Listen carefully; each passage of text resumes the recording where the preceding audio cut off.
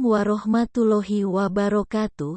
Perkenalkan, saya Lisa Wulandari, mahasiswa jurusan Tadris IPS, semester 3, UIN Sayyid Ali Rahmatullah Tulungagung.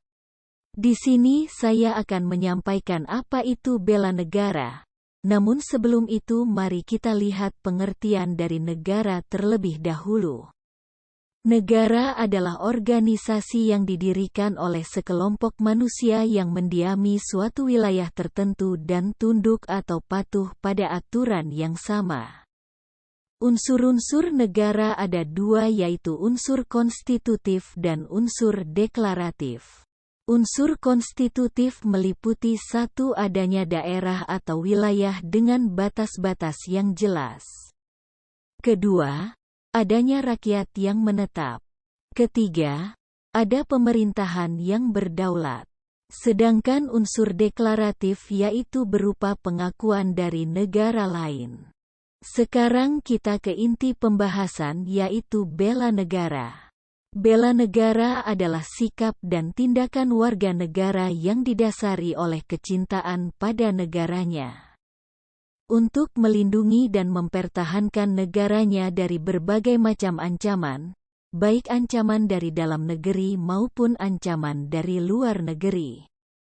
Motivasi untuk membela negara bukan karena undang-undang yang mewajibkannya, melainkan karena ia mencintai bangsa dan negaranya. Kemudian latar belakang pentingnya bela negara. Bela negara diperlukan karena adanya ancaman. Ancaman yaitu setiap usaha dan kegiatan, baik dari dalam negeri maupun luar negeri, yang dinilai dapat membahayakan kedaulatan negara, keutuhan wilayah negara, dan keselamatan bangsa. Ada banyak sekali sumber ancaman terhadap negara. Ada ancaman dari dalam negeri dan ancaman dari luar negeri. Ancaman dari dalam negeri misalnya, konflik antar kelompok atau golongan, kelompok separatis, pemaksaan kehendak atau kerusuhan, korupsi, memudarnya rasa nasionalisme, serta kemiskinan dan pengangguran. Sedangkan sumber ancaman dari luar negeri misalnya, invasi atau agresi militer, serbuan budaya asing, terorisme skala internasional, jaringan narkoba internasional, penjarahan kekayaan alam, sabotase, serta spionase dan infiltrasi. Kemudian ada dua bentuk ancaman terhadap negara, yaitu ancaman militer dan ancaman non-militer. Ancaman militer yaitu ancaman yang menggunakan kekuatan bersenjata yang terorganisasi, sehingga membahayakan kedaulatan negara, keutuhan wilayah negara dan keselamatan segenap bangsa. Contoh ancaman militer yaitu agresi dan invasi, blokade, spionase, sabotase, pemberontakan bersenjata, perang saudara yang menggunakan senjata, dan aksi teror bersenjata oleh terorisme internasional. Selanjutnya ada ancaman non-militer, yaitu ancaman yang menggunakan kekuatan non-senjata, yaitu kekuatan ekonomi, politik, dan sosial budaya yang dinilai dapat membahayakan kedaulatan negara, keutuhan wilayah negara, dan keselamatan segenap bangsa. Peran TNI dalam menghadapi ancaman militer. Sistem pertahanan negara menempatkan Tentara Nasional Indonesia sebagai komponen utama dengan didukung oleh komponen cadangan dan komponen pendukung. TNI melaksanakan operasi militer untuk perang. Kemudian pentingnya partisipasi masyarakat dalam bela negara, yaitu karena beberapa hal. Pertama, karena adanya ancaman. Kedua, sistem pertahanan kita adalah sis-hankam rata. Dalam sis-hankam rata, rakyat merupakan salah satu komponen pertahanan, yaitu sebagai komponen cadangan. Ketiga yaitu karena globalisasi. Globalisasi merupakan kenyataan yang tidak bisa ditolak, yang merupakan ancaman non-senjata sehingga memerlukan keterlibatan masyarakat secara sungguh-sungguh.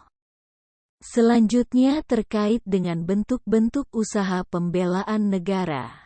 Menurut Pasal 9 Ayat 2 Undang-Undang Nomor 3 Tahun 2002 tentang Pertahanan Negara, keikutsertaan warga negara dalam upaya bela negara dapat dilakukan melalui pendidikan kewarganegaraan, pelatihan dasar militer, sebagai prajurit TNI, dan pengabdian sesuai dengan profesi masing-masing. Ada beberapa tindakan nyata pelajar dalam usaha bela negara, yaitu dengan tidak terlibat narkoba, tidak ikut tawuran, tidak ikut mabuk-mabukan, tidak berbuat onar, rajin belajar, berprestasi, membantu orang tua, menghormati agama orang lain, aktif dalam kegiatan remaja, aktif dalam kegiatan OSIS, aktif terlibat dalam kegiatan pramuka dan PMR. Giat dalam kegiatan intra maupun ekstrakurikuler di sekolah, dan aktif dalam berbagai kegiatan positif lainnya. Tujuan negara sebagaimana dalam pembukaan UUD 1945 alinea keempat yaitu melindungi segenap bangsa Indonesia dan seluruh tumpah darah Indonesia, memajukan kesejahteraan umum, mencerdaskan kehidupan bangsa, dan ikut melaksanakan ketertiban dunia. Sifat negara ada 3. Yang pertama yaitu sifat memaksa. Hal ini berarti bahwa negara mempunyai kekuasaan untuk menggunakan kekerasan fisik secara legal untuk memaksa warga negaranya agar peraturan perundang-undangan ditaati sehingga ketertiban dalam masyarakat tercapai. Yang kedua ada sifat monopoli. Negara memiliki sifat monopoli dalam menetapkan tujuan bersama dalam masyarakat. Dan yang ketiga yaitu sifat mencakup semua. Semua peraturan perundang-undangan berlaku bagi semua orang tanpa terkecuali. Fungsi negara ada 4. 1. Melaksanakan penertiban dalam masyarakat. Untuk mencegah terjadinya bentrokan-bentrokan dan pertikaian dalam masyarakat, maka negara harus melaksanakan penertiban. 2. Melaksanakan pertahanan dan keamanan. Negara berfungsi untuk mencegah dan menanggulangi berbagai macam ancaman, gangguan, hambatan, dan tantangan baik dari dalam maupun luar. Untuk itu negara harus memiliki angkatan bersenjata dan alat pertahanan yang memadai, cukup dan selalu terpelihara. Jika pertahanan lemah maka negara akan hancur. 3. Mengusahakan kesejahteraan dan kemakmuran rakyat. Untuk itu, maka pemerintah harus melaksanakan pembangunan yang merata di segala bidang. 4. Menegakkan keadilan. Keadilan merupakan hak bagi setiap manusia, dan setiap orang harus memperoleh rasa keadilan, mendapatkan hak-haknya, serta terhindar dari tindakan ketidakadilan. Fungsi ini dilaksanakan melalui lembaga peradilan. Nah, itu tadi materi tentang bela negara.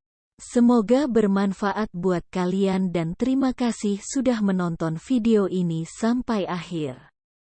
Wassalamualaikum warahmatullahi wabarakatuh.